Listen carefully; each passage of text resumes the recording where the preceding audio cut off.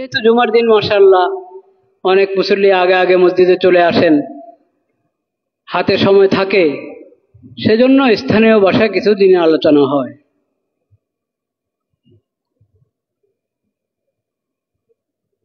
কেউ কেউ আবার মূল খুতবা, যেটা জুমার নামাজের অংশ, ওই খুতবাটাকে স্থানীয় ভাষায় দেওয়ার পরামর্শ দিয়ে থাকেন এবং এরকম করে থাকেন। এই দেশেও আছে কিছু জায়গায় এরকম রেওয়াজ। এটা একেবারে অন্যায়, ভুল এবং বেদাত। মূল খুতবা আরবিতে হবে। লা ইলাহা ইল্লাল্লাহ। তো আমরা যেই নামাজের আগে, খুতবার আগে যেই স্থানীয় ভাষায় যে বয়ানটা করে থাকি, ওই বয়ান গত 1-2 জুমা থেকে আমরা চাচ্ছিলাম যে আল্লাহ রাব্বুল আলামিন কোরআনে আমাদেরকে যা হুকুম করেছেন, যা থেকে নিষেধ করেছেন, আল্লাহর নির্দেশ এবং নিষেধ এই সম্পর্কে আলোচনা হবে। আল্লাহ কি কি ফরজ করেছেন, কি হারাম করেছেন, কি করতে বলেছেন, কি ছাড়তে বলেছেন, না করতে বলেছেন। সেই ধারাবাহিকতায় আমরা আজকে 15 পারার প্রথম সূরা, সূরাতুল ইসরা,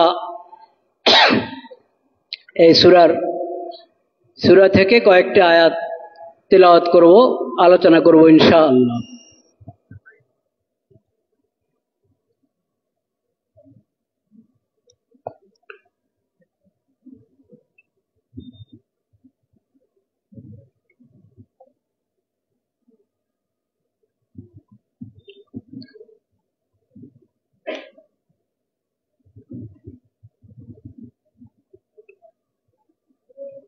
বিসমিল্লাহির রহমানির রহিম।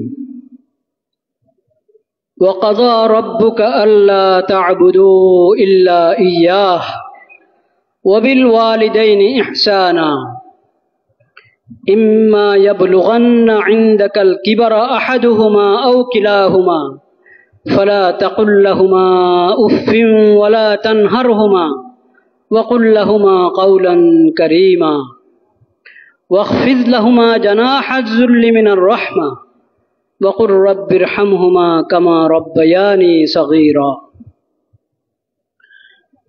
ربكم أعلم بما في نفوسكم إن تكونوا صالحين فإنه كان للأوابين غفورا وآت ذا القربى حقه والمسكين وابن السبيل ولا تبذر تبذيرا إن المبذرين كانوا إخوان الشياطين وكان الشيطان لربه كفورا। আল্লাহ রাব্বুল আলামিন বলেছেন, ওয়াকাদা রাব্বুকা আল্লা তা'বুদু ইল্লা ইয়্যাহ। তোমার রবের ফয়সালা, আল্লা তা'বুদু ইল্লা ইয়্যাহ, তোমরা ইবাদত করবে একমাত্র আল্লাহর। তোমাদের রব একমাত্র আল্লাহ, ইবাদত শুধু তারই করবে। রব্বুল আলামিন ছাড়া আর কারো ইবাদত হতে পারে না। ইবাদত একমাত্র আল্লাহর। এটা আল্লাহর কড়া নির্দেশ, চূড়ান্ত ফয়সালা। কাদা রব্বুকা আল্লা তা'বুদু ইল্লা ইয়্যাহ ওয়া বিল ওয়ালিদাইনি ইহসানা। দ্বিতীয় কথা, ইবাদত আল্লাহর করবে আর মা বাবার সাথে সুন্দর আচরণ করবে, সুন্দর ব্যবহার করবে, দয়ার আচরণ করবে, সুন্দর ব্যবহার করবে মা বাবার সঙ্গে।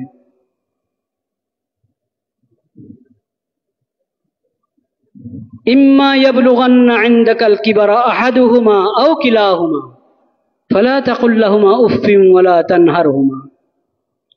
হতে পারে তোমার মা বাবা দুজন বা কোনো একজন বৃদ্ধ বয়সে উপনীত হবে এক সময়।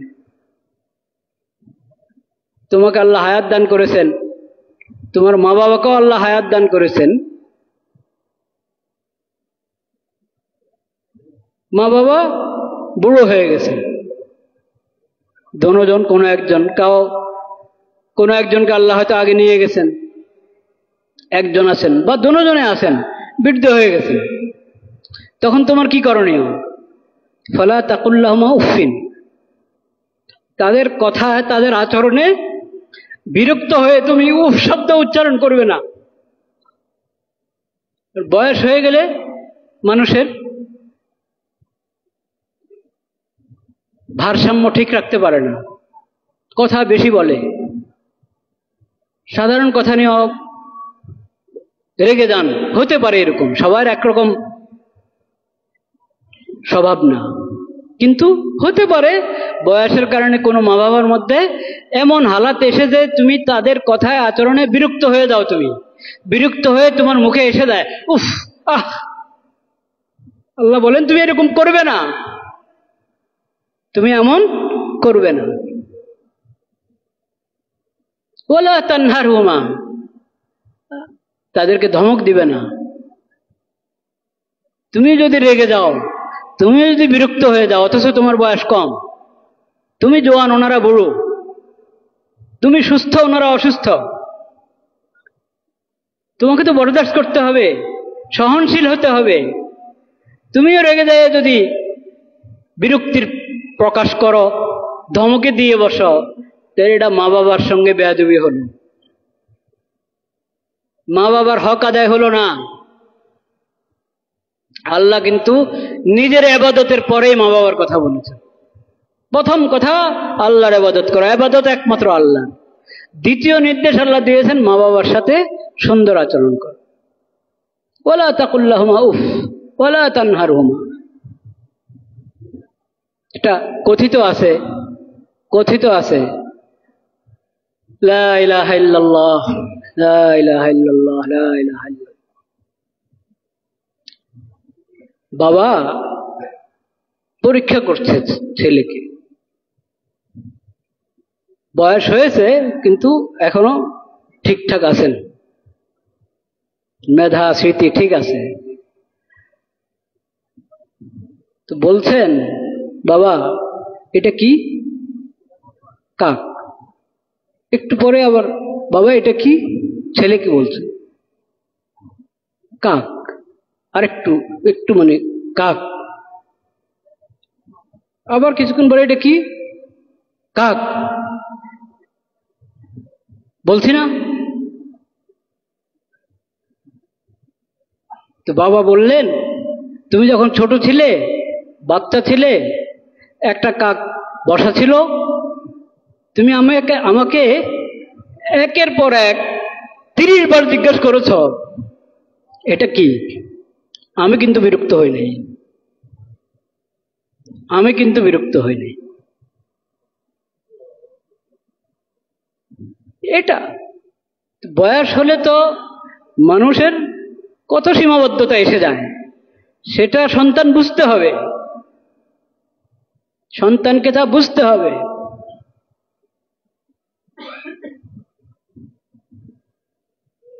সমান অধিকার, মাথায় খালি ওটাই যদি ঢুকে থাকে সমান অধিকার, বাপ হলে বাপ, উনিও মানুষ, আমি ওনার সন্তান, কিন্তু আমিও তো মানুষ, আমিও তো ছেলে মানুষ, মানব অধিকার বরাবর বাপেরও ছেলেরও, এই তো শিক্ষা। সমান অধিকার এই শব্দের অন্যায় ব্যবহার।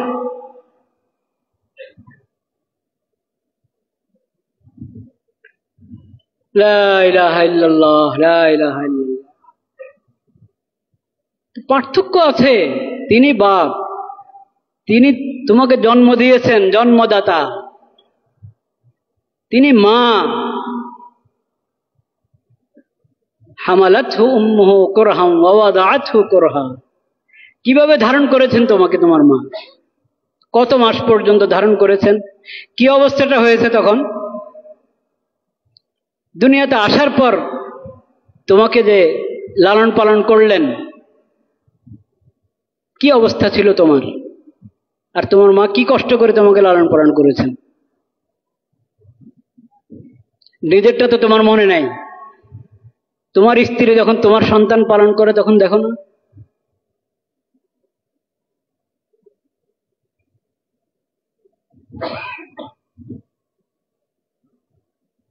ইম্মা ইয়াবলুগান্না ইনদাকাল কিবারা আহাদুহুমা আও কিলাহুমা ফালা তাকুল লাহুমা উফফিন ওয়ালা তানহারহুমা ওয়া কুল লাহুমা কাওলান কারীমা। তাদের সাথে মার্জিত ভাষায় সুন্দর করে নরম সুরে কথা বলো।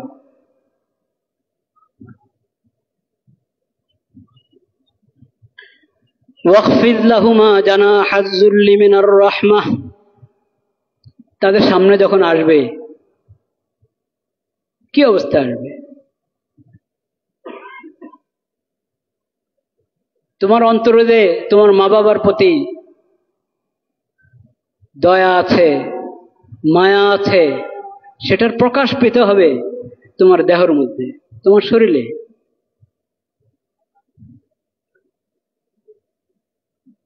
বিনয়ের সাথে, নম্রতার সাথে তার সামনে বসো, দাঁড়াও, যেভাবে থাকো নম্রতার সঙ্গে তার সামনে দাঁড়াও। ধরে নাও তুমি যদি ডানাওয়ালা হতে, তোমার হাতও তো ধরতে পারেন ডানা, ওটাকে অবনত করে দাও।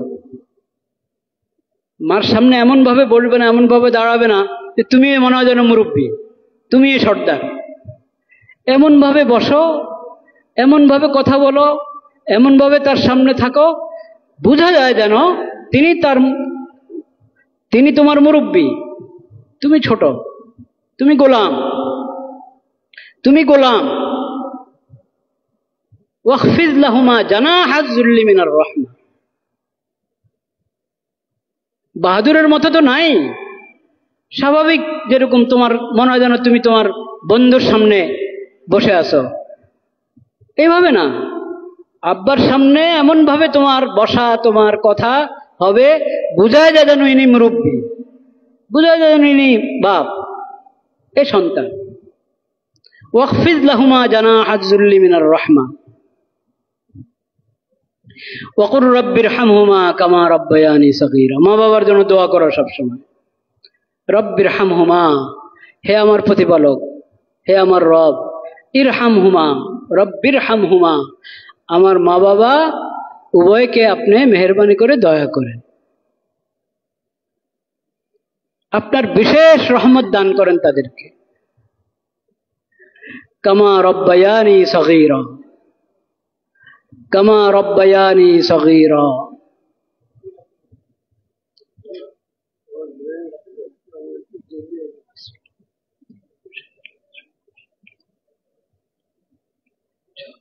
আল্লাহ বলেছেন লা ইলাহা ইল্লাল্লাহ, লা ইলাহা ইল্লাল্লাহ, লা ইলাহা ইল্লাল্লাহ।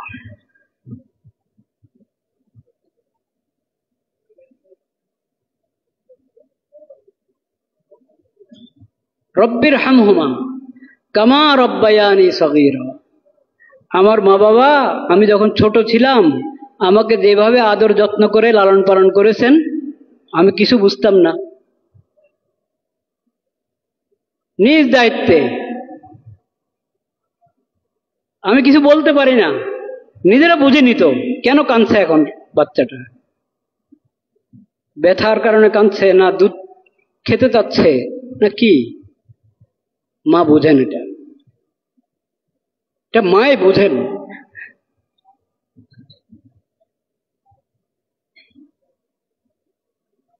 তো নিজ দায়িত্বে নিজে বুঝে নিজে যত্ন নিয়েছেন, নিজে খেয়াল করেছেন আমার মা বাবা। আমার আল্লাহ আপনি আমার মা বাবার প্রতি ঠিক ওইরকম দয়া করেন। আল্লাহ যদি ওইরকম দয়া করেন, সে দয়া তো অনেক বড় হবে, অনেক বড় হবে। রব্বিরহামহুমা কামা রব্বায়ানি সগীরা। মা বাবা হায়াতে আছে তখনও এই দোয়া করবেন, মা বাবা ইন্তেকাল করে গেছেন তখনও এই দোয়া করবেন, একজন আছেন একজন ইন্তেকাল করেছেন তখনও এই দোয়া করবেন। যে অবস্থায় যেভাবে দয়া করা দরকার, রহমত করা দরকার, আল্লাহ ওইভাবে রহমত করবেন। এবং যখন একসাথে যৌথ মোনাজাত হয় তখন যিনি মোনাজাত, যার মোনাজাতের সঙ্গে আমরা শরীক হচ্ছি, তিনি যখন বলেন রব্বিরহামহুমা কামা রব্বায়ানি সগীরা, তখন আমরা নিজেরাও এটাই বলবো, রব্বিরহামহুমা কামা রব্বায়ানি। আপনি তখন আমিন বলতে পারেন, আমিন বললে এটাও হয়, কারণ এটা তো নিজের মা বাবার জন্য দোয়া করছেন। উনি যিনি বলছেন রব্বির হামহুমা, উনি তো নিজের মা বাবার জন্য বলছেন। আপনি ওটার উপর আমিন বললে দুটো অর্থ হবে, ওনার মা বাবার দোয়ার উপর আপনি আমিন বললেন, আর আমিন বলার অর্থ এটাও যে আমার মা বাবার জন্য এই দোয়া আল্লাহ আপনি কবুল করেন। কিন্তু সবচেয়ে সুন্দর হলো আপনি যখন উনি বলবেন রব্বির হামহুমা কামা রাব্বায়ানি সগীরা, আপনিও তাই বলবেন রব্বির হামহুমা কামা রাব্বায়ানি সগীরা।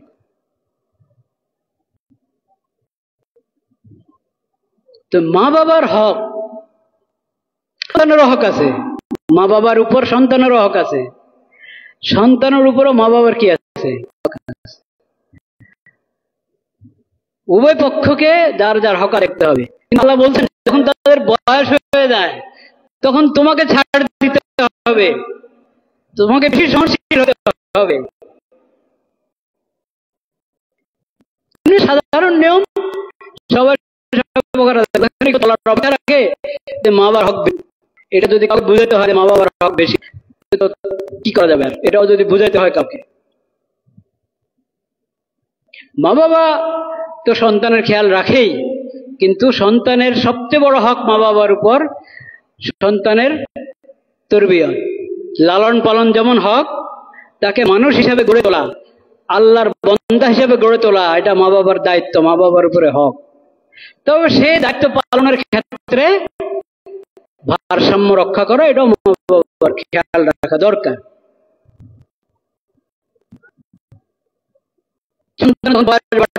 থাকবে তখন বুঝতে হবে তার এক আলাদা ব্যক্তিত্ব আছে, মা বাবাকে বুঝতে হবে তার আমার সন্তান, কিন্তু তার একটা ব্যক্তিত্ব আছে, তার ব্যক্তিত্বের প্রতি সম্মান থাকতে হবে আমার অন্তরে। আমি আমার সন্তানের কারণে খালি ধমকের উপরে ধমক দিতে থাকবো, আর শাসন করছি ঠিক আছে, কিন্তু শাসন করার একটা নিয়ম আছে, মার্জিত হতে হবে।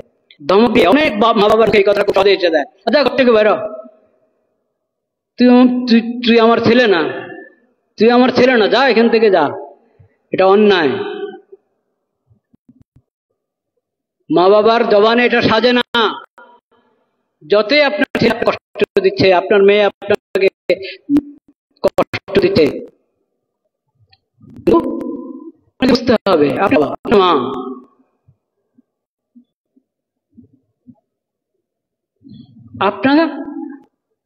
আপনার বয়স হয়েছে, তার ওই বয়স হয় নাই, এবং সে আপনার সন্তান হলো, সে তো আলাদা একটা ব্যক্তি, আল্লাহর বান্দা, আল্লাহর বান্দি। তাকে আমি যখন শাসন করব, তাকে যখন আমি গড়ে তোলার জন্য যা করার, যা ব্যবস্থা নেওয়া দরকার তা করব, ওটা তার প্রতি একটা সম্মান থাকতে হবে। কিন্তু এই ধরনের কথা ঘর থেকে বের হয়ে যা, হ্যাঁ তুমি আমার ছেলে না, এটা মা বাবার মুখে বের হইতেই পারে না, হওয়া উচিত নয়, এটা অন্যায়। আপনি নিজে বের হয়ে যান ঘর থেকে, আপনি পারলেন না কেন আপনার সন্তানকে গড়ে তুলতে ঠিক মতে? সন্তানের যে আচরণ আপনার পছন্দ হয় না, এই আচরণ আপনার সন্তান থেকে হচ্ছে, এটার মধ্যে আপনার কোনো দখল নেই, আপনারও দখল আছে, আপনি নিজের হিসাব নেন। আপনি এটা বলতে পারেন, কিন্তু চিল্লায় না, চিল্লায় কথা বললে ওটার কোনো ইয়ে আছে নাকি, দাম আছে নাকি? চিল্লায় বলবেন না, ভাষা সুন্দর করে বলে, আসলে আমি এই ভাষায় আমি থাকার যোগ্য না, আল্লাহ তোমাদেরকে আমার ঘরে সৃষ্টি করেছেন, আমার ঘরে তোমাদেরকে আল্লাহ দান করেছেন, আমি আসলে তোমাদের বাবা হওয়ার যোগ্য না। এভাবেও বলতে পারেন না? এইভাবে কেন বলেন যে তুই আমার ছেলে না, তুই আমার ছেলে হওয়ার যোগ্য না, তুই কোথাও আমার ছেলে হওয়ার পরিচয় দিবে না? আরে আল্লাহ রে, কি বাহাদুর খান, আমার ছেলে হওয়ার পরিচয় দিবে না? আপনি আপনার বাপের পরিচয় দিচ্ছেন কিনা? এখন দেন কিনা?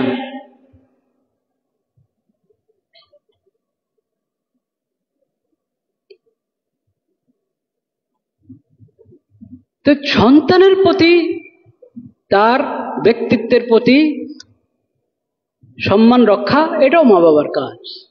আচরণের মধ্যে, চালচলনে, কথাবার্তায়। নবী করিম সাল্লাল্লাহু আলাইহি সাল্লামের হাদিস, মুসনাদ আহমদ, সুনান নাসাই সহ বিভিন্ন হাদিসের কিতাবে হাদিসটি আছে। এক মেয়ে, সে প্রাপ্তবয়স্কা হয়ে গেছে, উপযুক্ত বয়স্কা মেয়ে, তার বিয়ের বিষয়ে বাপ ফয়সালা করে ফেলেছে। বাপ ফয়সালা করে ফেলেছে তার বিয়ের বিষয়ে, কিন্তু তাকে জিজ্ঞেস করেন, তার মতামত না নিয়ে তার বিয়ের বিষয়ে বাপ ফয়সালা করে ফেলেছে। নবী করিম সাল্লাল্লাহু আলাইহি সাল্লামের সামনে বিষয়টা পেশ করা হয়েছে, মেয়ের পক্ষ পেশ করা হয়েছে নবী করিম সাল্লাল্লাহু আলাইহি সাল্লামের সামনে। নবী করিম সাল্লাল্লাহু আলাইহি সাল্লাম বলেছেন যে না, তার হক আছে, তার উপর চাপিয়ে দেওয়া যাবে না। সে যদি এটা গ্রহণ করে ঠিক আছে, নতুবা তার অধিকার আছে, সে এটা গ্রহণ না করলে বিয়ে হবে না।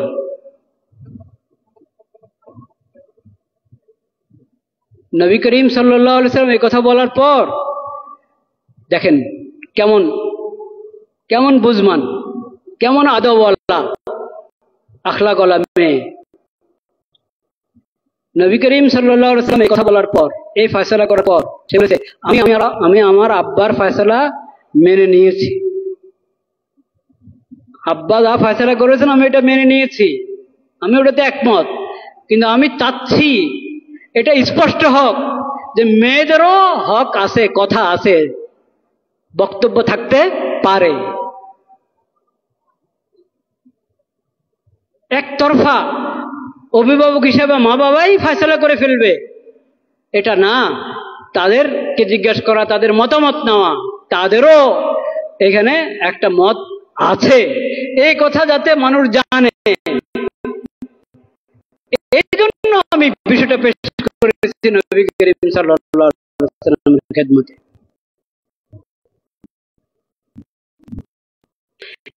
এটা হলো এই সমাজ গড়ে, সুন্দর করে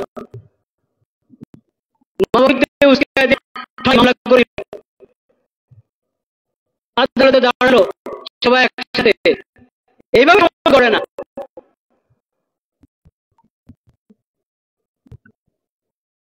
সমাজ গড়বে মা বাবাকে, মা বাবা শিখাতে হবে, মাকে মা বাবা শিখাতে হবে। সমাজ গড়বে কিভাবে? সন্তানকে, সন্তান তার মা বাবার সাথে তেমন কেমন আদব হবে, আখলাক হবে, শিখাতে হবে।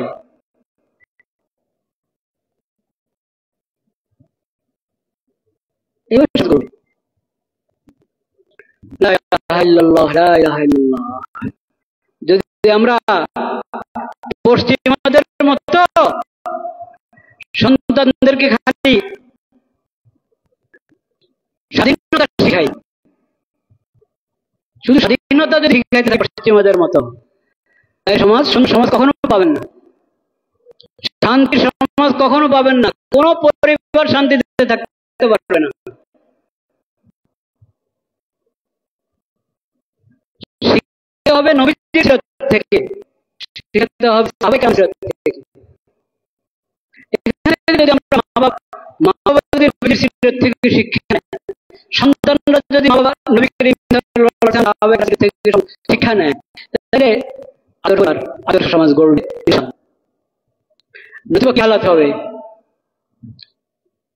ওই যে বিদ্যুতের জন্য আলাদা করে না কি, হ্যাঁ, বিদ্যা, হ্যাঁ, তো সেখানে এটা কিন্তু ইসলামের শিক্ষা না, এটা ইসলামের শিক্ষা না, এটা হলো পশ্চিমাদের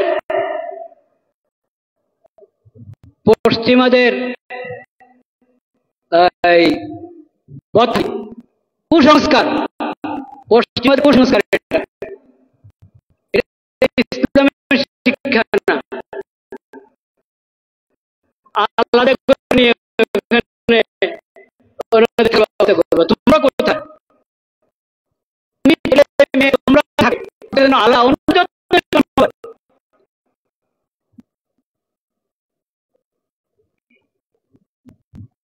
এটা পশ্চিমা সব শুরু হয়ে গেল, ভাবে আমরা অগ্রসর হচ্ছি। হ্যাঁ, আমাদের দেশ উন্নত হচ্ছে, পিছিয়ে যাচ্ছেন। যত পশ্চিমাদের অনুকরণ করবেন তত পিছিয়ে যাবেন, তত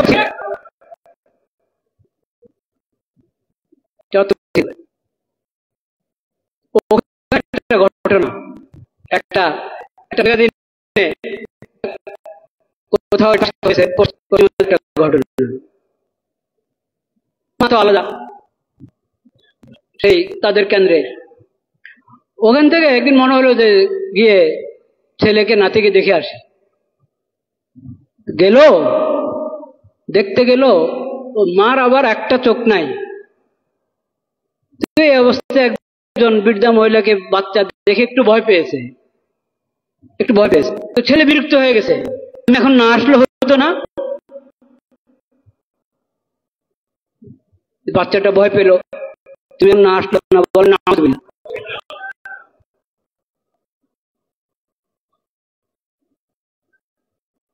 আচ্ছা, পরে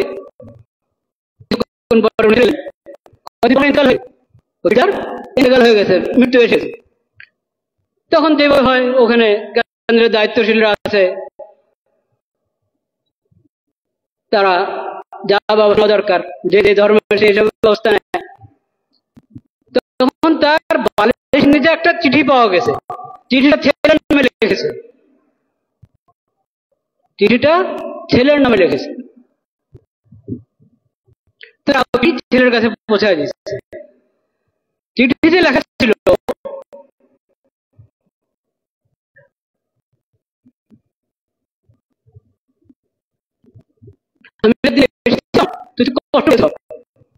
একটা তথ্য তোমাকে দিই, ওই তথ্যটা তুমি জানতে পারলে তোমার কষ্টটা একটু লাঘব হবে। সেটা হলো, আমার কিন্তু দোনো চোখ ছিল। ছোটবেলায় তুমি অসুস্থ হয়েছিলে, তোমার একটা চোখ নষ্ট হয়ে গেছিল, আমার এই চোখটা তোমাকে দিয়ে দিয়েছে।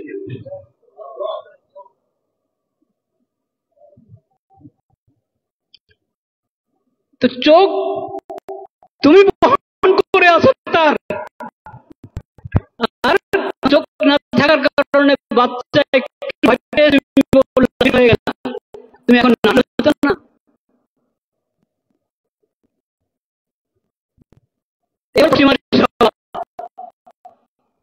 তাদের পিছনে ঘুরে শান্তি পাবেন না।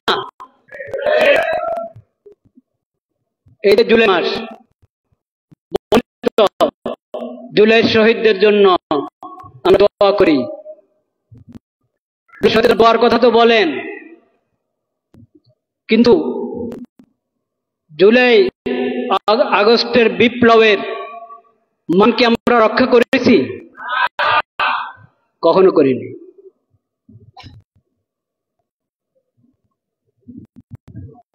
তাদের রক্তের মান যদি রক্ষা করতাম, তাহলে আমরা ঢাকাতে জাতিসংঘের অফিস করে দিতাম না।